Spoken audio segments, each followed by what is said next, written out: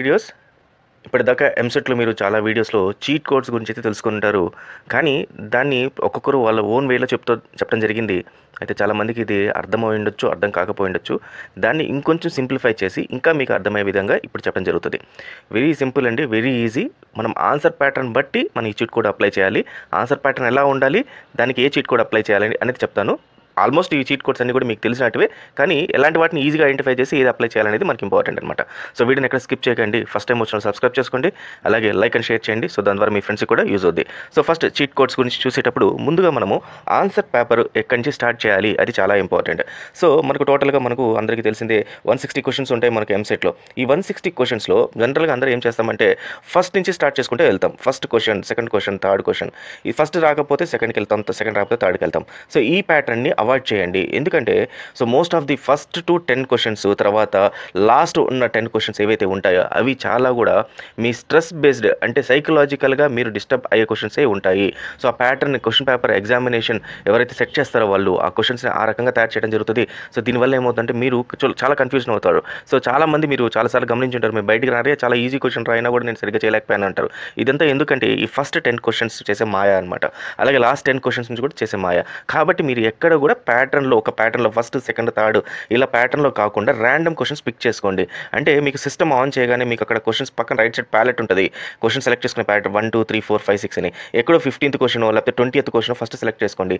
తర్వాత నెక్స్ట్ కొట్టండి. సో ఈ రకంగా ఏమవుతుందంటే మిడిల్లో నుంచి మీరు కొన్ని సెలెక్ట్ చేసుకునే అవకాశం ఉంటుంది. సో ఈ రకంగా మీరు ఫస్ట్ లేదా లాస్ట్ 10 క్వశ్చన్స్ ఫస్ట్ అవాయిడ్ చేసేసేయండి. మిడిల్లో అయితే రాయండి. సో ఇది first important tip are cheat code ఏదైనా అనుకోండి. ఇది ఫస్ట్ థింగ్ అనమాట. సెకండ్ ఏంటంటే చీట్ కోడ్స్ దేనిపైన అప్లై చేయాలి. సో చీట్ కోడ్స్ ఏ క్వశ్చన్స్కి అప్లై చేయాలి అనేది చెప్తాను చూడండి. సో జనరల్గా చీట్ కోడ్స్ అన్నిటికీ అప్లై చేయకండి. ఎందుకంటే చీట్ కోడ్స్ అనేది మీకు లక్ పైన బేస్ ఉంటుంది. సో మీరు చేసిన హార్డ్ వర్క్ చదివినంత కూడా వేస్ట్ అయిపోద్ది. కాబట్టి ఫస్ట్ మీరు ఏం చేయాలంటే మొత్తం క్వశ్చన్ని కూడా త్రీ టైమింగ్స్ కింద కన్వర్ట్ చేసుకోండి. ఒకటి 45 minutes, first 45 minutes, next 45 minutes and third 90 minutes. ఈ రకంగా మీ క్వశ్చన్ పేపర్ని మొత్తాన్ని కూడా టైం సెట్ చేసుకోండి. సో ఫస్ట్ 45 మినిట్స్ ఏదైతే ఉంటుందో ఈ ఫస్ట్ 45 మినిట్స్లో మీకు ఈజీగా ఉన్న క్వశ్చన్స్ అంటే మీరు ఆ క్వశ్చన్ పేపర్ చూడగానే మెమరీ బేస్డ్ ఆన్సర్స్ ఉంటాయి అనమాట. అంటే A+B² అంటే A² + 2AB+B², లేకపోతే దీనికి సంబంధించిన ఫిజిక్స్లో ఏదైనా మెటల్కి సంబంధించింది వచ్చింది అది తెలుసు మీకు ఆన్సర్, టక్కన ఆన్సర్ పెట్టేయటం. లేదా కెమిస్ట్రీలో ఏదైనా కాంపౌండ్ దేని గురించి అంటే ఇర్రెస్పెక్టివ్ ఆఫ్ టాపిక్ ఏదైనా సరే మీరు 45 మినిట్స్లో మెమరీ బేస్డ్ క్వశ్చన్స్ అండ్ ఎక్కువ టైం తీసుకోకుండా ఫాస్ట్గా నేను చేయగలుగుతాను అనుకునే ఆన్సర్స్ అన్నీ కూడా ఫస్ట్ 45 మినిట్స్లో చేసేసేయండి. సో దీనివల్ల ఏమవుతుందంటే మీకు 45 మినిట్స్లో టోటల్గా ఎన్ని క్వశ్చన్స్ అయితే వస్తాయో అన్నీ కూడా ఈ 45 మినిట్స్లో కంప్లీట్ చేసేసుకోండి. సెకండ్ ఏంటంటే కొంచెం టైం అప్లై అవుతుంది. అంటే 1.5 మినిట్, 1 మినిట్ ఇలా టైం అప్లై కొంచెం వర్కౌట్ చేయాలి. వర్కౌట్ చేస్తే మనకు ఆన్సర్ వస్తుంది. అంటే యావరేజ్ కింద మనం దీన్ని కన్సిడర్ చేయొచ్చు అనమాట. సో ఇట్లాంటి యావరేజ్ క్వశ్చన్స్ అన్నీ కూడా మీరు సెకండ్ 45 మినిట్స్లో కంప్లీట్ చేసేసుకోండి. ఇర్రెస్పెక్టివ్ ఇక్కడ 20 క్వశ్చన్స్ రాస్తున్నారా, 10 క్వశ్చన్స్ రాస్తున్నారా, లేకపోతే 50 క్వశ్చన్స్ రాస్తున్నారా కాదు మనకు కావాల్సింది. సో ఇట్లా టైం సెగ్రిగేట్ చేసుకోండి. ఈ టైం సెగ్రిగేట్ చేసేసుకొని ఫస్ట్ 45, సెకండ్ 45లో first easy, second tough average కింద తీసేసుకోండి. థర్డ్ 90 మినిట్స్ ఏదైతే ఉందో దీంట్లో మాత్రము టఫ్ అన్నింటిని కూడా 90 మినిట్స్లో పడేసేయండి. ఈ 90 మినిట్స్లోకి వచ్చేసరికి అంటే ఇక్కడ మీకు నేను ట్రై చేస్తాను, అయినా ట్రై చేసినా కూడా నాకు ఆన్సర్ రాదు అలాంటి క్వశ్చన్స్ అన్నీ కూడా ఈ 90 మినిట్స్లో వేసేసుకోండి. తర్వాత దీంట్లో కూడా ఈ 90 మినిట్స్లో కూడా ఫస్ట్ 15 మినిట్స్ అన్నీ కూడా డెస్పరేట్గా ట్రై చేయండి. వాటిపైన ఎన్ని క్వశ్చన్స్ వస్తే అన్ని క్వశ్చన్స్ ట్రై చేయండి. అండ్ అయిపోయిన తర్వాత ఈ 15-20 మినిట్స్ అయిపోయిన తర్వాత రిమైనింగ్ 40-50 మినిట్స్ ఏదైతే ఉంటుందో ఆ 40-50 మినిట్స్ దగ్గర చీట్ కోడ్స్ అనేది అప్లై చేయండి. సో ఇలా అప్లై చేయడం వల్ల మీకు యూజ్ ఏంటంటే మీకు చదివిన కష్టపడి ఇప్పటిదాకా రాసినట్టు అన్ని కూడా ఆన్సర్లు మీరు కరెక్ట్గా రాయకుండా వెళ్ళిపోతారు.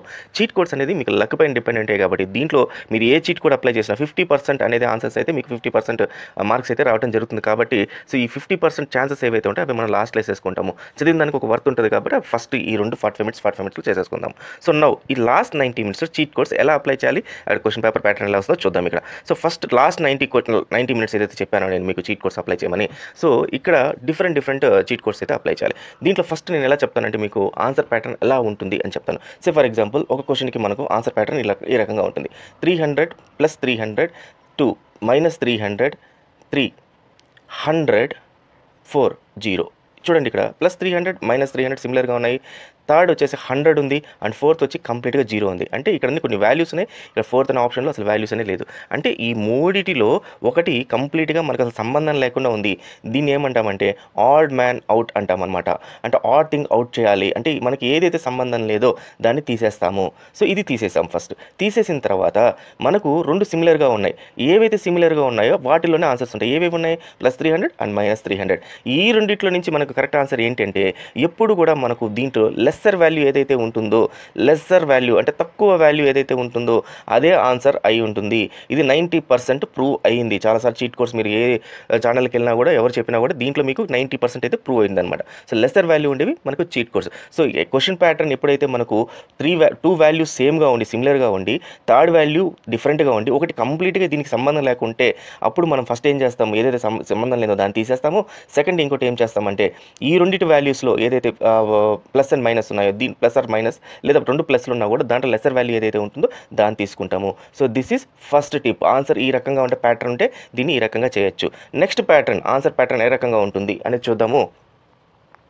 నెక్స్ట్ ప్యాటర్న్లో మనకు జనరల్గా ఏం చేస్తారంటే డి ఆప్షన్ కానీ ఫస్ట్ ఏ ఆప్షన్ కానీ మోస్ట్లీ డి ఆప్షన్లోనే ఇవి ఉంటాయి. ఏమని ఉంటుంటే ఆల్ ఆఫ్ ది అబోవ్ అనేది ఉంటుంది, లేదంటే మీకు ఇది అన్చేంజ్డ్ అని ఉంటుంది, అన్చేంజ్డ్ లేదా రిమైన్ సేమ్ అని ఉంటుంది ఫోర్త్ ఆప్షన్, లేదా మీకు same for all, same for all.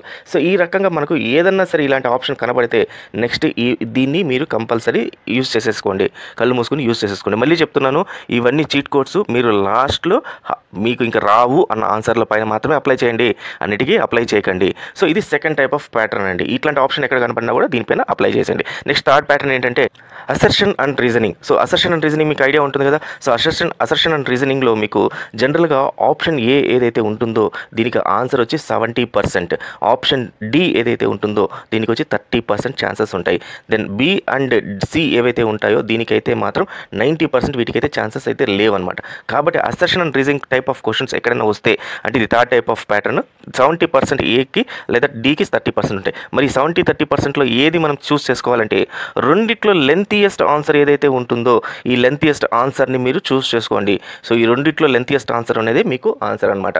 So mostly అయితే ఏనే ఇచ్చేస్తారు, 70% ఉంది కాబట్టి ఛాన్స్ లేదు. అక్కడ కూడా మీరు కన్ఫ్యూజ్ అయితే లెంతియెస్ట్ ఆన్సర్ ఏలో కానీ డీలో కానీ లెంతియెస్ట్ ఆన్సర్ ఏది ఉంటుందో దాన్ని అయితే చూస్ చేసుకోండి. ఇది third type of pattern. Next fourth type of pattern ఏ రకంగా నెక్స్ట్ సెట్ ఆఫ్ క్వశ్చన్స్ ఈ రకంగా ఉంటాయండి. ఇందాక ఫస్ట్లో చెప్పాను, ఏం చెప్పాను, ఒకటి పాజిటివ్ ఒకటి నెగిటివ్, ఇంకోటి సపరేట్గా ఉంటుంది, ఒకటేమో ఆడ్ ఉంటుంది, కంప్లీట్గా జీరో ఉంటుంది. ఇలాంటి దాంట్లో మనం ఆడ్ తీసేసేయండి, ఏదైతే తక్కువ వాల్యూ ఉందో దాన్ని తీసుకోండి అని చెప్పాను. ఇది వన్ సెట్. ఒకవేళ ఇన్ కేసు అదే క్వశ్చన్ ప్యాటర్న్ ఈ రకంగా వచ్చిందనుకోండి, +300 -300 +100 -100 రెండు సిమిలర్గా ఉన్నాయి.